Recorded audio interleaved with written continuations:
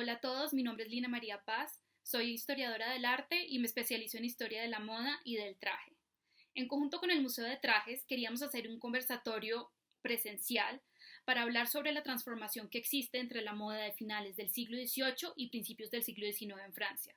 Evidentemente, bajo las circunstancias en las que estamos, esto no va a ser posible, así que hemos decidido hacer este video para montarlo sobre las plataformas virtuales del museo. Decidí hablar sobre este periodo, ya que es un momento en el que podemos ver cómo un contexto social, político y cultural va a tener influencia sobre la moda y sus transformaciones. Vamos a hablar específicamente sobre la corte francesa, ya que es de allí de donde emanan todas estas modas que van a expandirse no solo en Europa, sino en los territorios de ultramar. Evidentemente, cada país va a tomar estas modas y las va a adaptar a sus propios modos de vida. También quiero especificar que solo voy a hablar de moda femenina, ya que es un tema bastante amplio y solamente les voy a dar un pequeño abrebocas sobre lo que es la moda masculina del momento, porque creo que esto merita un poco más de profundización. Así que empecemos. Bueno, vamos a hablar sobre la transformación de la moda en Francia entre el final del siglo XVIII y principios del siglo XIX. En la corte francesa hay un cambio en cuanto al traje en la transición entre el reino entre Luis XIV y Luis XV. La corte de Luis XIV, quien reinó entre 1643 y 1715, conserva en grandes líneas la moda típica del siglo XVII, que es la que estamos viendo en este momento en pantalla. Su segunda esposa, Madame de Maintenon, solía usar un tipo de vestido suelto para esconder sus embarazos. Fuese o no este el inicio de esta moda, no es sino a partir del fin del reino de Luis XIV que ciertas modas comienzan a popularizarse. La robe volante es un ejemplo de esta nueva desenvoltura. La robe volante se caracteriza por su amplitud. Tiene un pliegue al nivel de la espalda que desciende sobre una falda amplia. La parte delantera también es amplia, no se ciñe a la cintura y está complementada por una estomaguera o una pieza de estómago, una especie de peto, que está finamente decorado. Este elemento sirve para obtener esa silueta e identificar la importancia y rango de la persona que portaba el vestido. Solo en apariencia, este vestido es más cómodo que los vestidos que vimos antes, ya que se utilizan prendas interiores específicas para mantener el cuerpo. Para la parte superior se utilizaba el que llamamos el corps à baleine, en español lo llamamos el cuerpo, que es el antecesor del corsé del siglo XIX. El corps à baleine es definido como una pieza de vestir que se pone directamente sobre la camisa. Recordemos que en esta época la camisa larga es la única prenda que se utilizaba, es la única que está en contacto directo con el cuerpo desnudo. En esta época no hay brasieres, no hay calzones, no hay nada de esto. Entonces, era la pieza utilizada para aislar al cuerpo de las otras prendas de vestir, para no ensuciarlas. La camisa se cambiaba con regularidad, mientras que las otras piezas hechas con telas lujosas eran más difíciles de lavar. El corps à baleine es una estructura que envuelve el tronco desde los hombros hasta las caderas y va a modificar a través del uso prolongado la anatomía del cuerpo. La rigidez extrema es debido a una serie de varillas en barbas de ballena, que es una parte de la ballena. Este material tiene la calidad de ser flexible y de dar a la prenda una rigidez necesaria para crear la silueta deseada. Así, el corps à baleine va a subir y aplanar el busto y a entallar la cintura y ampliar las caderas. Cada una de las líneas que ustedes ven en este corps à baleine es una varilla que está insertada entre los pliegues picados de este elemento. Una pieza rígida llamada el busque o el busque, que puede estar hecho en metal, en ballena, en marfil o en madera, va a ser insertada en la parte delantera del corps à baleine y va a servir para crear esta línea del busto deseada. Ustedes ven aquí dos ejemplares, uno que está hecho en marfil y otro que está hecho en metal, y estos eran popularmente regalos que se daban los enamorados entre sí. Por eso están finamente decorados, como lo ven en estos dos casos. El otro elemento interior indispensable para muchas de las siluetas prominentes del siglo XVIII son los paniers, que le vamos a traducir literalmente como canastos. Son en alguna forma los sucesores de los guardainfantes o tontillos españoles y claramente los antecesores de los miriñaques y los polizones del siglo XIX. Todas estas estructuras, a diferencia del corps-à-baleine o el corset, no van a crear una modificación del cuerpo mismo, son únicamente mecanismos interiores que modifican la silueta exterior. El objetivo del panier es simplemente de darle más volumen a la falda. Este volumen, en lugar de estar distribuido en forma de cúpula, va a crear un volumen hacia los lados, con ángulos rectos. Por el contrario, la vista de perfil de la silueta es plana.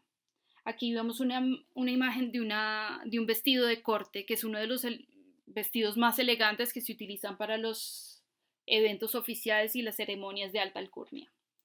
Las damas de la alta sociedad tenían la posibilidad de tener panier de diferentes tallas, que utilizaban según la ocasión.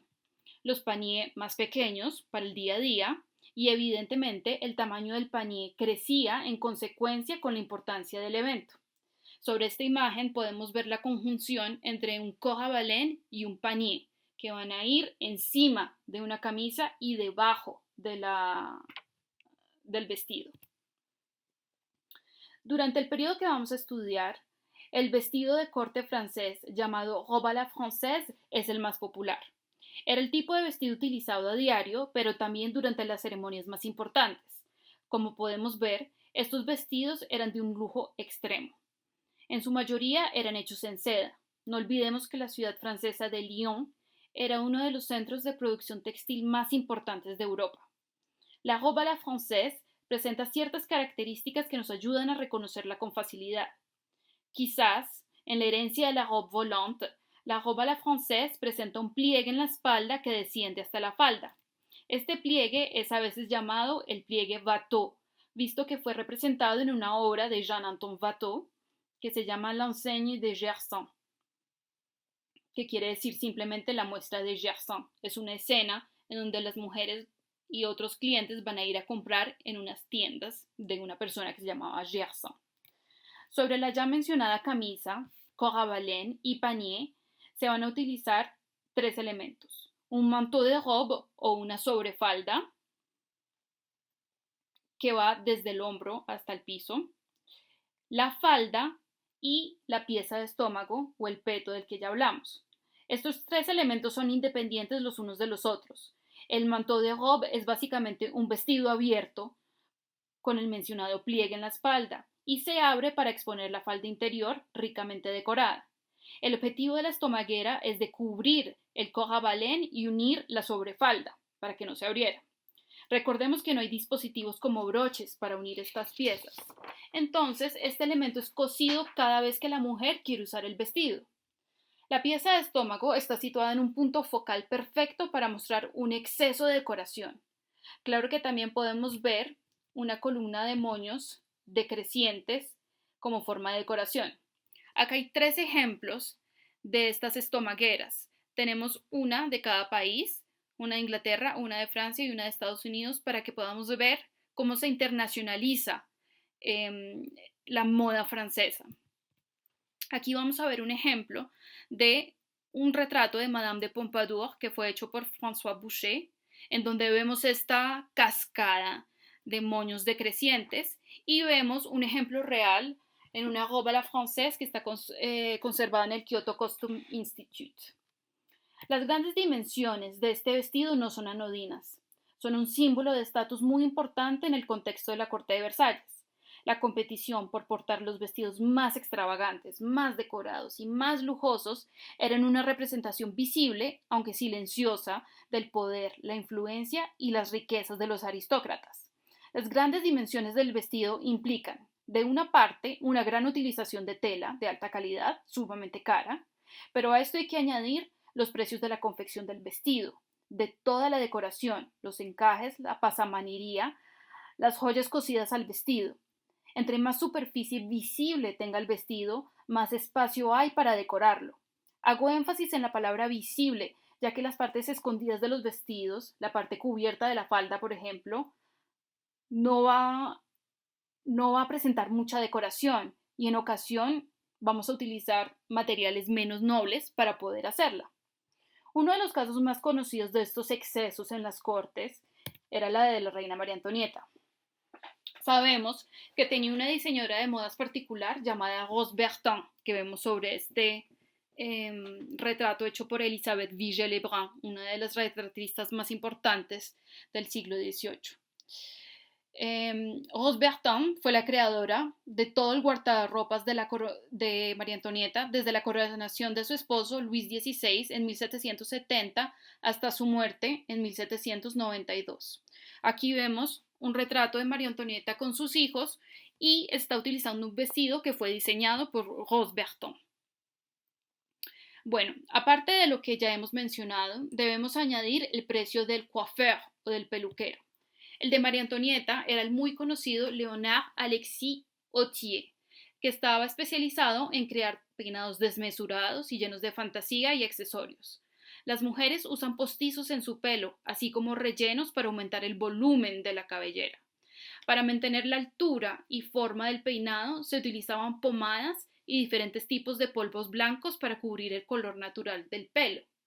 Estos peinados eran un espacio de fantasía, una forma de hablar de eventos de la actualidad como la Guerra Revolucionaria Americana, que fue apoyada por los franceses, patrocinada por la bolsa francesa y uno de los hechos que aumentó los conflictos que llevaron a la Revolución Francesa. Y hasta llamaban nombres propios estos peinados. Por ejemplo, aquí vemos a María Antonieta con un peinado que se llama a la Zephyr. Uno de los más fantásticos peinados que se utilizaron en esta época es conocido como la Belle Poule. La Belle Poule significa la bella gallina, pero en este caso nos estamos refiriendo al nombre de un barco de guerra francés. Y es lo que vemos en nuestra imagen a la derecha. Es una robe à la française que está complementado con un peinado a la Belle Poule, que pertenece al Kyoto Costume Institute. Los accesorios que complementan este vestido son las engageantes, que son los volantes de encaje de lino cosidos a las mangas del vestido, las joyas y los abanicos. En esta época no se utilizaban las carteras, entonces para poder cargar ciertos elementos necesarios como el dinero, las cartas de juego u otros pequeños elementos, las mujeres utilizaban grandes bolsillos bajo la falda que eran accesibles a través de una abertura en la falda.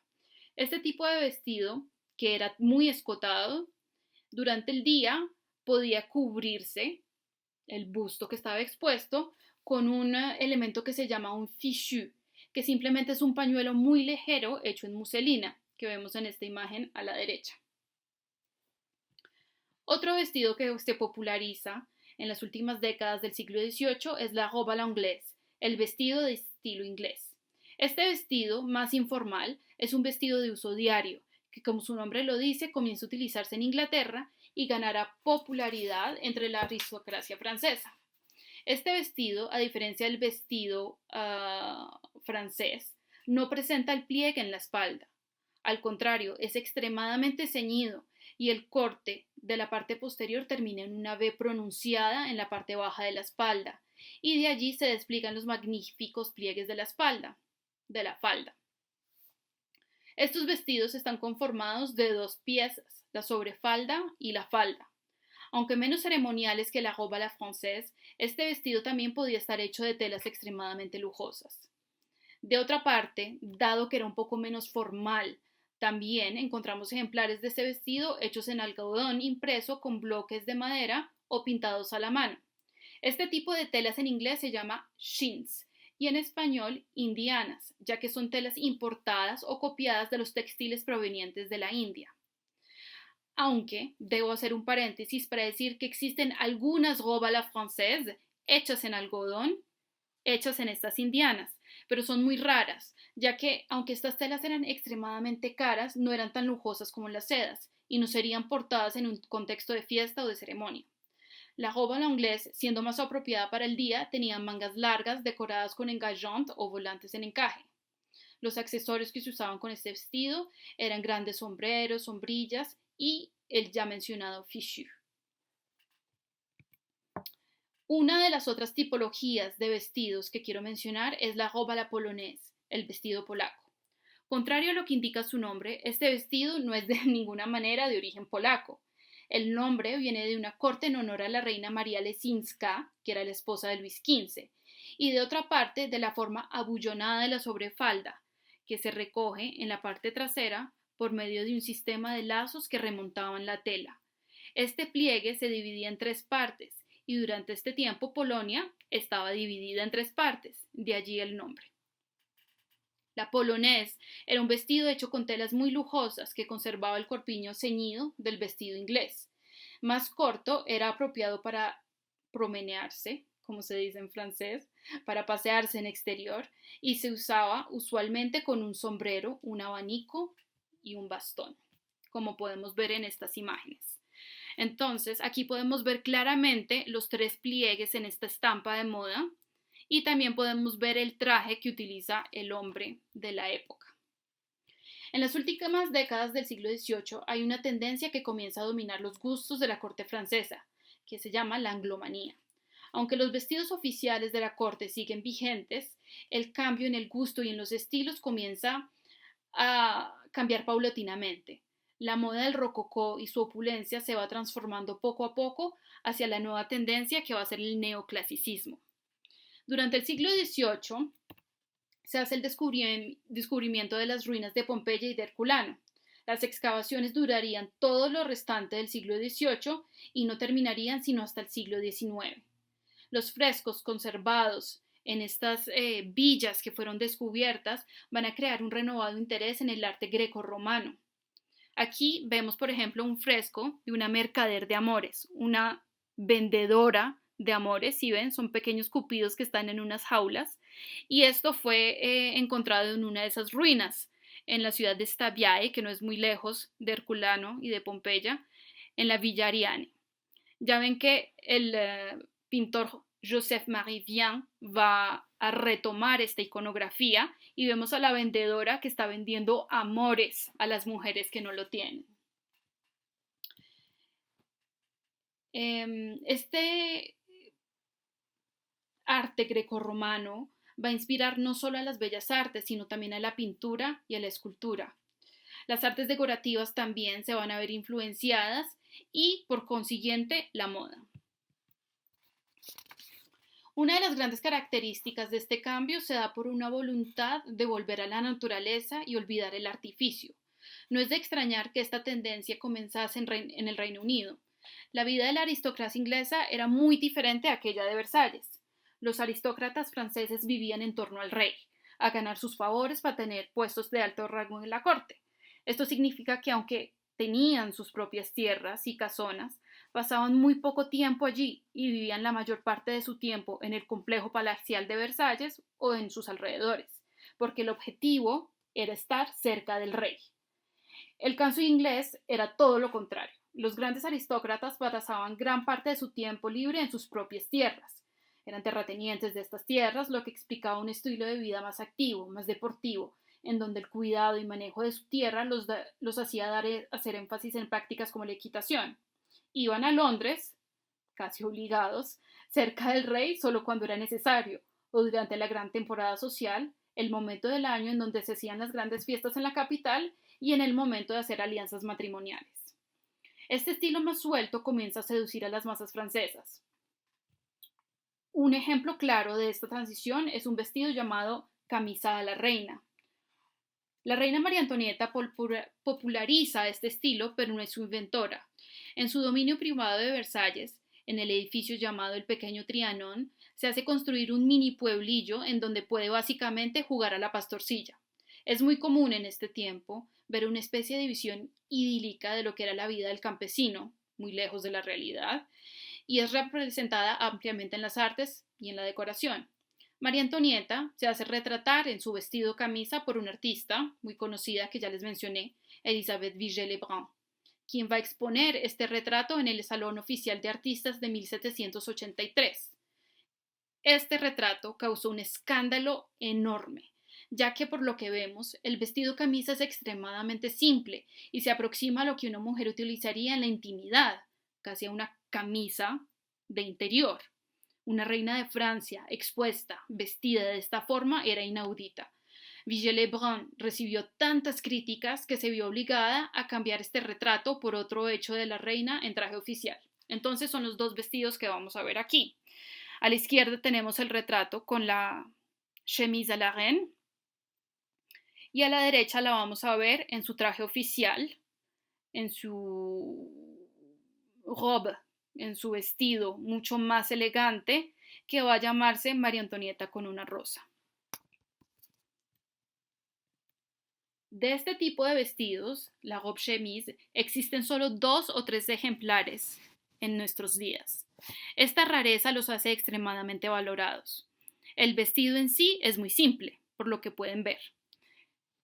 Están hechos en muselina de algodón blanco, un textil precioso, muy fino y de alta calidad. La silueta es bastante simple y se ajusta a nivel del busto y de la cintura por especies de cuerdas para formar nudos y cerrar la silueta. La espalda se ciñe a la cintura y de este modelo en particular va a anunciar la forma de la espalda de los vestidos del principios del siglo XIX. Es por eso que es interesante mencionar este vestido, que nos muestra muchas de las características de la moda que reemplazará la moda del siglo XVIII. Aquí les estoy mostrando una chemise à la reine que fue propiedad de Madame Oberkampf, la esposa de un industrialista alemán nacionalizado francés, y es una de las pocas chemises à la reine que existen todavía de nuestros días. Aquí la podemos ver en contexto, en un salón de estilo de finales del siglo XVIII, principios del siglo XIX, y la vemos en el laboratorio donde fue montada, en el taller, para su exposición. En 1789 estalla la Revolución Francesa. Entre muchas razones sociales y políticas, el pueblo francés se queja de los excesos y de la opulencia de la corte de Versalles. Específicamente, van a vilificar a María Antonieta, quien recibe el sobrenombre de Madame Déficit por su forma de derrochar dinero en guardarropas nuevos cada vez más fastuosos. Debemos recordar que cada año se cambiaba completamente el guardarropas de la reina. Se reemplazaban todos los vestidos que ella no utilizaba se los daba a sus damas de honor o a alguna persona que quería hacerle un favor especial y se creaba todo un nuevo guardarropas para el año siguiente. Entonces imagínense la cantidad de dinero que se gastaba para este momento. Aquí a la derecha vamos a ver una de las caricaturas que se hacían del rey y de la reina en ese momento. Para que un rey fuese caricaturado de esta forma tan horrible es porque la situación ya llegaba a un extremo y a un límite bastante alto.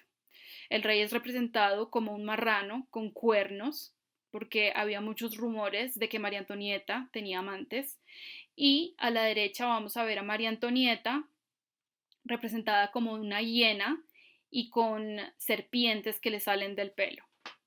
Digamos que el pueblo no estaba muy feliz con sus reyes.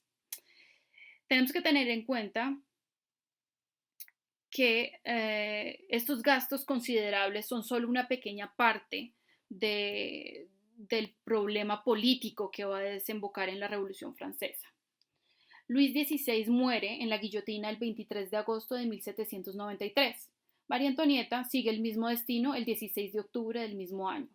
Estos sucesos marcan el fin de la monarquía en Francia. Los sucesos de la Revolución Francesa no causan exactamente un cambio radical en la moda. Ya había atisbos de este cambio, pero quizás la revolución ayudó a acelerar el proceso. En el caso específico de Francia, el pueblo demuestra a través del vestido su rechazo total al derroche, a la fastuosidad, a la opulencia francesa. Durante el terror, bien evidentemente, todos evitaban mostrar demasiada elegancia y trataban de vestir con trajes más sencillos. En Inglaterra, esta moda ya se había impuesto y popularizado. Es lo que llaman el estilo regencia en el Reino Unido y lo que será posteriormente llamado el estilo imperio en Francia. Voy a hacer un pequeño paréntesis para hablar del atuendo masculino. No lo he hecho hasta ahora porque es una temática vasta y quizás apropiada para una conversación más larga, pero quiero hacer una comparación entre el atuendo francés masculino del siglo XVIII y el atuendo inglés que se impone en Europa en el siglo XIX. Como vemos aquí a la izquierda, el traje de corte francés no tienen nada que envidiarle a su contraparte femenina. Los hombres se visten de una opulencia extrema, con telas muy finas, decoradas con bordados exquisitos. El traje está compuesto de una casaca larga, bordada, terminada en volantes de encaje en las mangas. No lo vemos aquí en este ejemplo, pero es lo mismo que para las mujeres. Tenía una fila de botones, pero estos botones no se cerraban, porque la casaca se utilizaba abierta para dejar ver el chaleco que estaba finamente bordado. El traje está completado por lo que llamamos los calzones. En francés se les dice culotte. Los revolucionarios utilizan el término sans culotte, sin calzones, para referirse a su oposición al antiguo régimen y utilizan lo que hoy es el pantalón, un símbolo del campesino, del hombre del campo. Eso es lo que estamos viendo a la derecha. Esta es la prenda típica, el vestido típico de un sans-culotte. El traje de corte se utilizaba con medias de seda blanca, zapatos con broche. Sobre la garganta había muchos volantes de encaje y se utilizaban con pelucas blancas. Los hombres adoptarían una versión del traje inglés durante el siglo XIX. El traje masculino, que ya se utilizaba en Inglaterra a finales del siglo XVIII, había dejado de lado todas las finezas decorativas del traje francés. Es lo que estamos viendo a la derecha de la pantalla. Mucho más práctico, había dejado las telas fastuosas y delicadas y las había reemplazado por telas más simples y sólidas. Se liberó de todos los elementos decorativos como los bordados y los encajes. La paleta de color también cambia y se deja de lado los colores claros por combinaciones más oscuras. El traje masculino basaba toda su elegancia en su simplicidad y en la calidad del corte y de confección del traje, de las telas. El traje está constituido básicamente de los mismos elementos: una casaca inspirada de aquella de casa, un chaleco y los calzones que durante el día se usaban con botas y que para eventos especiales se utilizaban con las medias blancas de seda y los zapatos. Las pelucas se habían dejado atrás, ciertamente por la imposición de un impuesto sobre el polvo blanco para cubrirlas, y el pelo se utilizaba más corto, en bucles, en su tono natural y complementado por un sombrero de copa. Volviendo al vestido femenino, vamos a ver un cambio radical con respecto al siglo pasado. Aún si este cambio venía anunciándose, la total oposición de la silueta va a crear un contraste impactante. La forma general del vestido cambia a partir aproximadamente de 1790 y hasta finales de la década de 1820. Como mencionado, la inspiración principal es el auge del neoclasicismo y la entrada de una supuesta simplicidad del traje. Lo primero que vamos a notar es la diferencia de la silueta. Atrás van a quedar los paniers y si bien el col à baleine como tal desaparece, las mujeres van a seguir utilizando una prenda interior ligera para mantener el cuerpo. La silueta de esta época es llamada estilo imperio y se caracteriza por una forma de columna. La cintura no va a marcarse en su lugar natural, sino que va a subir y va a marcarse bajo la línea de los senos. Las mangas de los vestidos presentan diferentes variedades: planas hasta el codo, largas hasta la muñeca o cortas y ligeramente abullonadas. Los escotes varían según el momento del día, cubierto para los trajes de día o extremadamente escotados para la noche. La paleta de color va a cambiar también y se va a tornar mayoritariamente hacia el blanco para los trajes de día y a veces para los trajes de noche. Para los trajes de día se populariza la utilización de la muselina de algodón. La muselina se llama de esta forma porque históricamente venía de la ciudad de Mosul. La característica de esta tela es que es extremadamente fina, delgada y transparente. Podemos decir que las mujeres mostraban bastante las formas de su cuerpo en este momento, algunas llegando casi a los extremos de la indecencia pública. Para evitar este problema, muchas mujeres usaban un vestido o un forro blanco o de un color contrastante debajo del vestido.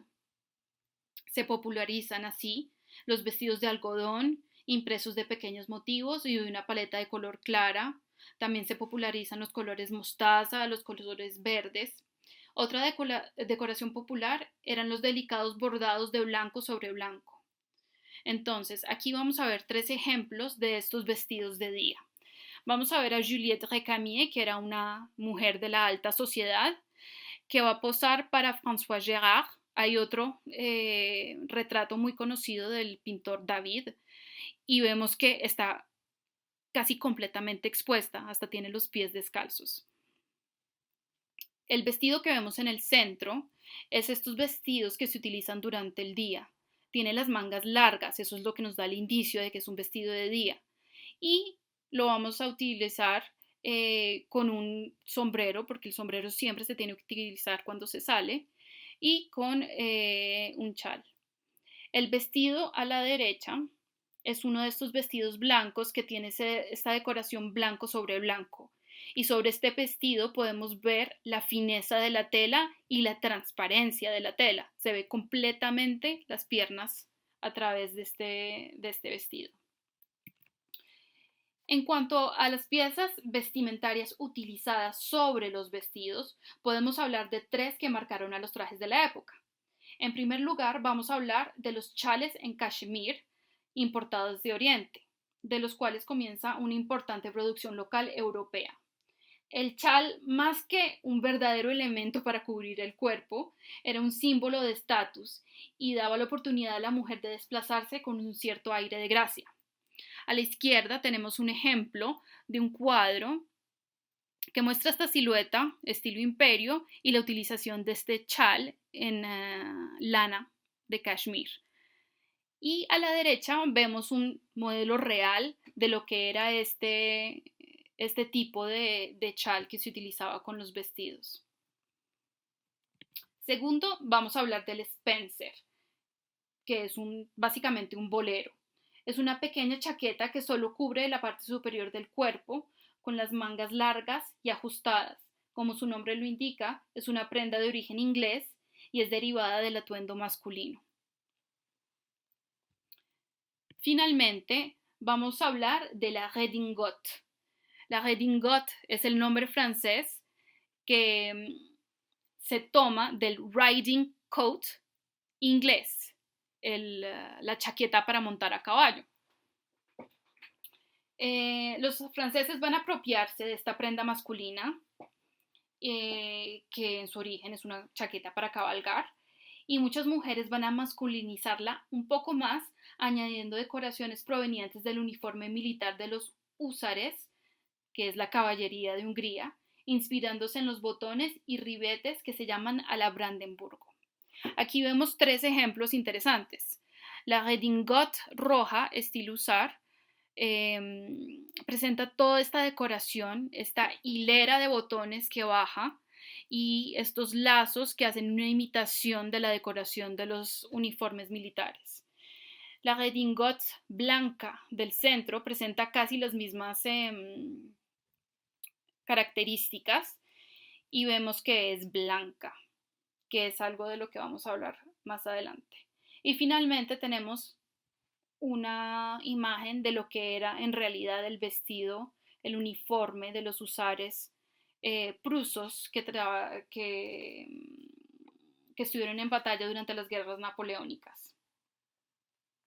El traje de noche, por su forma, varía muy poco del traje de día.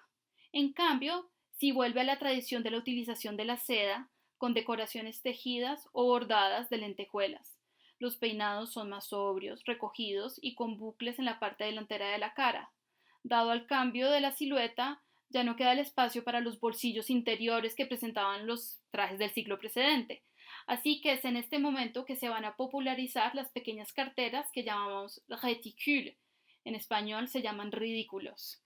Entonces, antes de pasar a ver las carteras, quiero que vean que hay una decoración de blanco sobre blanco y que se van a utilizar ciertos elementos decorativos, pero a comparación de la moda que se veía antes, hay muchísima más simplicidad.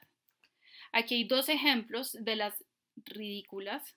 Hay una en forma de piña. La piña es algo muy popular en esta época porque se comienza a importar la piña en Europa. Entonces hay una serie de papeles de colgadura, de telas, de decoración, hasta de edificios que se van a decorar en forma de piña. Y tenemos otro ridículo con un medallón y con unas borlas.